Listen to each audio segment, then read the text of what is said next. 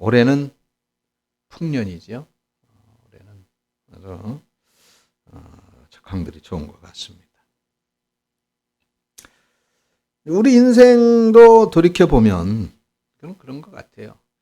풍년의 때만 있는 게 아니라 흉년의 때도 있더라는 것입니다. 문제는 이 흉년의 때를 우리들이 어떻게 잘 극복하고 견뎌내느냐, 이 흉년의 때를 어떻게 해야 우리 인생에 오히려 효과를 거두는 적기로 만들 수 있느냐라고 하는 게 문제가 되겠죠. 오늘 본문에 이 대단한 분이 등장을 하고 있어요. 욥이라고 하는 분이죠. 말 그대로 흉년의 때를 잘 이겨내고 그야말로 성공한 아주 특이한 분입니다. 오늘 이분의 그 흉년의 때를 이겨낼 수 있었던 비결을 오늘 우리가 발견해 보고자 합니다. 자, 이제 우리의 삶에 풍년의 때가 있죠. 뭐 잘 되는 때, 넉넉하고 풍요한 때라고 볼 수 있을 것입니다. 오늘 본문 1장 1절에 보니까 우스 땅에 욥이라고 하는 사람이 살고 있었다 그랬어요. 우스 땅이라고 하는 곳에 어디든지는 정확하게는 알 수가 없는데 학자들마다 조금 다릅니다. 하란 땅이라고 주장하는 학자도 있고 에돔 땅이라고 하는 주장하는 그런 학자도 있어요. 하란은 지금 어디예요? 터키 지역이죠. 터키 지역. 아브라함이 고향 갈대아 우르를 떠나서 가나안으로 갈 때 잠시 머물렀던 그곳입니다. 그래서 욥기 1장을 보면 욥의 인생은 그야말로 풍요롭게 짝이 없습니다. 풍년만 계속되는 것 같아 보여요. 자녀가 7남 3녀였었죠. 아주 다복한 가정입니다. 형제자매들의 우애는 또 얼마나 좋은지 몰라요. 자녀들이 틈만 나면 모이고 생일날을 맞이하면 온 가족들을 다 불러가지고 잔치를 열고 그렇게 돌아가면서 모임을 갖습니다. 또 그 재산이 아주 재벌입니다. 재벌.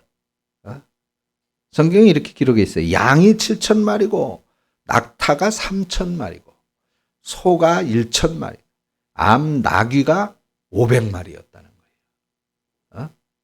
아니 양, 낙타 이런 거 우리가 규모를 잘 알 수 없지만 소 여러분 소 기르는 데 많이 봤죠? 우리나라 소 전체 양육 그 두수가 약 한 9만 농가가 된다고 그러던가 그래요. 전체. 근데 한 농가, 우리나라 농가의 평균 그 소 사육 두수가 38마리라고 그럽니다. 1,000마리. 소가 1,000마리. 어마어마한 그런 사육 농가입니다. 거기에 다른 가축까지 다 했으니까 얼마나 부자예요. 또 이분이 믿음도 좋았어요. 하나님을 섬기는 데 있어도 아주 굉장히 아름다운 분인데 1장 1절 하반절을 보면은 이렇게 말씀하고 있어요. 그 사람은 온전하고 정직하여 하나님을 경외하며 악에서 떠난 자더라. 욥의 믿음을, 신앙을 이렇게 표현하고 있습니다. 그리고 욥의 그런 아름다운 신앙 생활의 모습을 이렇게 또 예를 들고 있어요. 자녀들이 생일을 맞으면 다른 형제들 다 불러요. 잔치를 하는데 이제 그 잔치가 끝납니다. 그러면 욥은 그 자녀들을 다 불러가지고 번제를 드리고 정결 예식을 행했다는 거예요. 왜 이렇게 했느냐면 혹여 잔치를 벌이고 그렇게 흥에 겨운 중에 부지 중에 혹시 죄를 범하지는 않았을까 해서 잔치가 끝난 다음에 번제를 드리고 정결 예식을 행했다는 것입니다. 그러니까 욥의 행위가 늘 이랬다는 거예요. 한마디로 흠잡을 데가 없는 그런 사람이었던 것이죠. 자, 우리 인생길에서 풍년을 만난 사람들 중에는 참 흠이 있는 사람들이 많죠. 흠이 있는 사람. 재물은 얻었는데 친구들로부터 인정받지 못하는 사람들이 있죠. 재물이 없을 때는 겸손했는데 우리 서로 형님 동생 하자. 우리는 의형제야. 죽을 때까지 우리는 의리 변치 말아야 돼. 그랬던 사람들이 지금 이제 하나 둘 감옥에 가고 있잖아요. 돈이 많아지니까 어마어마한 우리 서민들이야 상상할 수 없는 그런 돈들을 거머쥐고 결국은 그렇게 됐습니다. 명예도 마찬가지요. 명예를 얻었을지라도 가까운 사람들로부터 신임받지 못하는 그런 사람도 있습니다. 명예가 없었을 때는 남의 얘기를 잘 들었는데 이제는 남 얘기는 들은 척도 하지 않으려고 그러고 자기 고집만 부린단 말이에요. 자기 주장만 하고. 이런 건 성공한 것 같지만은 성공한 사람이라고 할 수가 없을 거예요. 근데 욥은 달라요. 부자가 됐는데 정말 지금 말하자면 소위 재벌인데 겸손합니다. 하나님을 여전히 잘 섬깁니다. 그래서 이 사람은 풍년의 삶을 살게 되는 거예요. 여러분, 풍년의 때, 잘 될 때에도 여러분들이 평안하고 걱정이 없을 때에도 여러분들이 계획하는 대로 술술 잘 풀려나갈 때도 하나님을 잘 섬기는 여러분들 되시기를 축원합니다. 우리 인생에 이렇게 풍년의 때만 있으면 얼마나 좋겠습니까? 근데 우리네 인생에는 흉년의 때도 있더라 말이죠. 오늘 본문의 욥에게도 정말 흠잡을 데가 없으니까 풍년의 때만 있을 것 같아요. 근데 이상하게 흉년의 때가 옵니다. 그 욥의 흉년에 대한 상황은 1장 13절부터 나와요. 갑자기 종들이 뛰어들어오더니 주인님 그 많은 나귀와 소떼와 그 많은 양떼를 다 잃어버렸습니다. 그 목동들까지도 다 잃어버렸습니다. 흉년에 대한 상황이 나오고 있는 거예요. 스바 사람들이 와서 다 빼앗아 갔어요. 불에 타 죽었어요. 갑자기 하늘에서 불이 내려가지고 불이 타 죽었어요. 그 많은 낙태 다 잃어버렸어요. 오늘 본문 17절에 사람들이 와서 낙타떼를 다 빼앗아 갔다는 겁니다. 더군다나 돈이야 또 벌면 되겠지만 자녀들을 하루아침에 잃은 거예요. 자녀들이 큰아들의 집에 모여 잔치를 하고 있는데 갑자기 태풍이 부는 거예요. 집이 무너져 버렸어요. 그 바람에 집 안에 있었던 자녀들이 다 죽었다는 겁니다. 얼마나 기가 막히고 코가 막힙니까? 근데 흉년이 또 이 욥의 흉년이 이것만이 아니에요. 욥기 2장 7절에 보니까 욥이 더군다나 건강도 잃었어요. 건강도. 어느 날 갑자기 몸에 이상한 증상이 나타납니다. 발바닥부터 정수리까지 종기가 난 거예요. 견딜 수가 없습니다. 그래서 성경의 표현에 의하면 잿더미에 올라가서 기와 조각으로 상처를 긁고 앉아있더라는 것입니다. 얼마나 여러분 상상을 해보십시오. 그야말로 더 이상 최악이라고 말할 수조차 없는 그런 비참한 모습입니다. 어떻게 이럴 수가 있는 겁니까?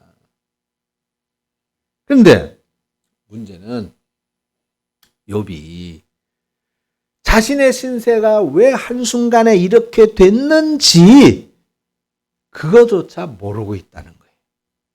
왜 그렇게 됐는지, 내가 왜 이렇게 됐는지.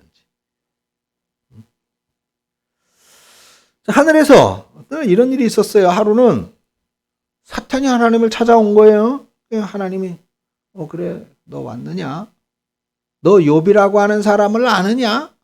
이렇게 대화가 시작이 됐습니다. 욥을 칭찬을 했어요. 이 지구상에 세상에 참 저 사람 욥처럼 나를 잘 섬기고 나를 잘 믿는 사람은 없다. 칭찬을 한 거예요. 그러니까 사탄이 반문합니다. 아이고 하나님, 욥이 뭐 괜히 하나님을 그렇게 잘 섬기겠습니까? 아니에요. 하나님께서 욥에게 다 주셨잖아요. 복을 주셨잖아요. 많은 재산을 주셨고 다복한 자녀들을 주셨잖아요. 그러니까 하나님을 잘 믿는 것처럼 그렇게 하는 거지. 저 사람이 가진 거 다 뺏어 보세요. 그러면 저 사람은 분명히 하나님을 원망하고 하나님을 욕하고 저주할 겁니다. 하나님은 야, 아니야. 욥은 내가 믿지. 욥은 절대 그럴 사람이 아니야. 그럽니다. 사탄은 에이 무슨 말씀을 하세요. 다 뺏으면 욥도 다른 사람들과 마찬가지입니다. 그래서 하나님께서 그래? 그러면 좋다. 또 한번 욥을 테스트해봐. 단지 욥의 생명만은 건드리지 말아라. 그러면서 대화가 끝납니다. 결국 욥이 지금 이런 비참한 상태에 처하게 된 것은 사탄이 하나님을 욥으로 하여금 원망하게 하려고, 하나님을 비난하게 하려고, 하나님을 저주하게 하려고 그렇게 하는 거예요. 그러니까 욥은 이 사실을 전혀 모른 채 이런 고난이 시작이 된 겁니다. 이유를 알지 못하는, 내가 잘못해서 그래, 내가 실수해서 그래, 내 탓이야. 그러면 그 고난을 감당할 그럴 이유라도 생기죠. 욥은 그조차도 알지 못하고 있었어요. 그게 얼마나 힘들었겠습니까? 그런데 이 욥이 얼마 동안, 몇 년 동안 이런 고난을 당했을까요? 몇 년? 맞추시는 분은 요 배추 하나 드릴게요. 몇 년일까요? 성경에 안 나와.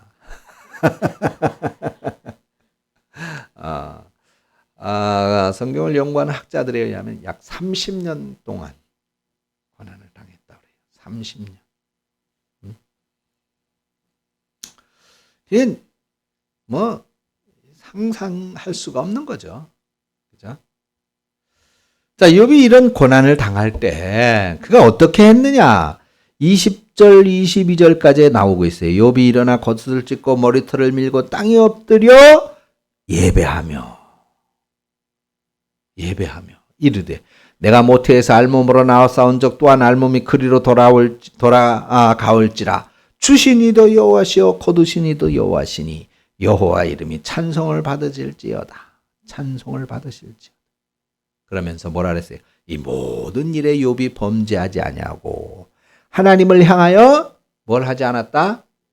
원망하지 않았다. 얼마나 놀라운 신앙입니까?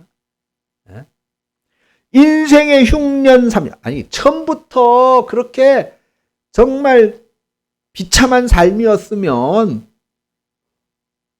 그러면 차라리 오히려 그 고통은 덜할 거예요. 근데 처음에는 어마어마하게 잘 나갔잖아. 그런데 그렇게 되어졌으니 그 고통이 얼마나 심하겠습니까? 그런데도 욥은 그 30년 인생의 흉년 가운데에서도 하나님께 예배하는 것을 포기하지 않았다. 할렐루야. 하나님이 주신 거 하나님이 거둬 가셨으니까 내가 무슨 의의를 제기할 수 있겠느냐. 내가 할 수 있는 건 그저 찬송을 드릴 뿐입니다. 그러면서 욥은 모든 일에 범죄하지 않고 하나님을 원망하지 않았다는 겁니다. 그러니까 이 인생의 흉년의 때가 극심할지라도 욥은 조금 더 흔들리지 않았다라는 거예요. 사랑하는 성도 여러분, 우리 삶에 어려움과 고난이 왜 없습니까? 일이 잘 안 될 때가 있죠. 자꾸 길이 막힐 때가 있습니다. 또 정말 힘든 흉년의 때가 계속 되어질 수도 있습니다.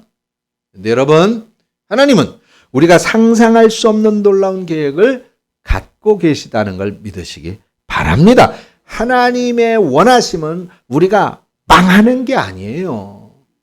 하나님의 계획은 우리가 그 망할 수밖에 없는 자리일지라도 극복하고 일어서 성공하고 승리하는 것입니다. 그게 하나님. 마귀는 성공하고 승리한 것 같은 자리에 있을지라도 망하게 하려고 하는 게 마귀인 거예요. 하나님과 마귀가 그렇게 다른 것입니다. 그러므로 여러분 좀 힘들고 어려울지라도 예배의 자리, 믿음의 자리를 지키시기를 축원합니다. 그때 하나님은 반드시 그 믿음에 놀라운 역사를 이루실 줄 믿습니다. 자, 그런 욥에게 다시 어떻게 됐어요? 풍년의 때가 돌아오죠. 그래서 욥기 42장에 가보면 하나님이 욥에게 다시 풍년의 때를 회복시켜 주시는데 어떻게 몇 배로? 2배로 회복을 시켜줘요. 2배. 양도 소도 나귀도 다 2배를 주셨습니다. 자녀도 10남매를 더 주셨어요. 10남매를 더. 자녀도 2배를 주셨어요. 2배.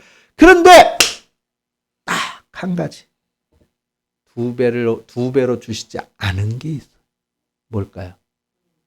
부인. 아내는 한 명밖에 안 주셨어. 왜 한 명밖에 안 주셨을까요, 아내는? 하나도 감당하기 힘든데, 2를 주면 어떡하겠어요? 하나만 주시. 여러분, 오늘은 추수감사절입니다. 말 그대로 하나님의 은혜를 기억하고 하나님께 감사하는 날이지요. 욥이 이런 고난의 때에 구체적으로 어떻게 감사했을까? 그거는 성경에 표현이 없습니다. 네. 감사합니다 라는 말을 과연 했을까?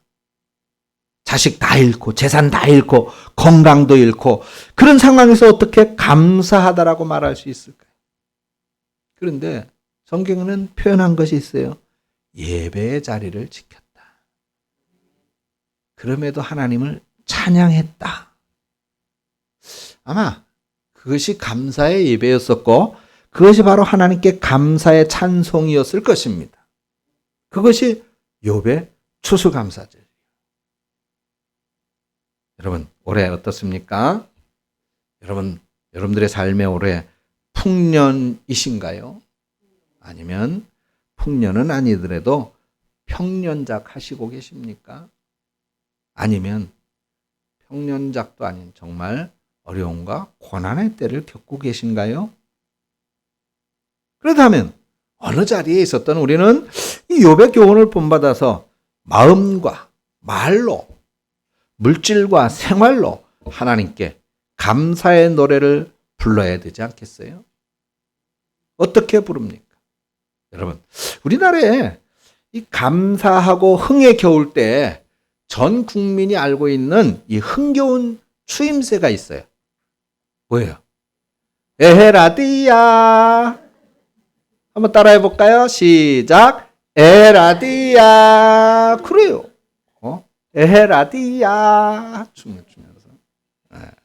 여러분, 풍년의 때에도 흉년의 때에도 여전히 예배의 자리, 신앙의 자리를 잘 지켜서 욥처럼 하나님에게 인정받으시고 풍년의 복을 받아 날마다 에라디야 찬송하고 노래하는 우리 성도 여러분들 다 되시기를 주님의 이름으로 축원합니다. 기도하겠습니다. 하나님 은혜를 감사합니다. 우리 성도님들 욥처럼 하나님께 우리 인생의 때 이렇다 저렇다 하는 것에 마음 두지 않고 오직 하나님을 바라보고 하나님께 예배하며 하나님을 찬송하는 신앙의 자리를 지킴으로써 우리 하나님으로부터 큰 은혜와 복을 받는, 그래서 찬송하고 노래하는 삶을 사는 우리 성도님들이 되게 하여 주시옵소서. 예수님의 이름으로 기도합니다. 아멘.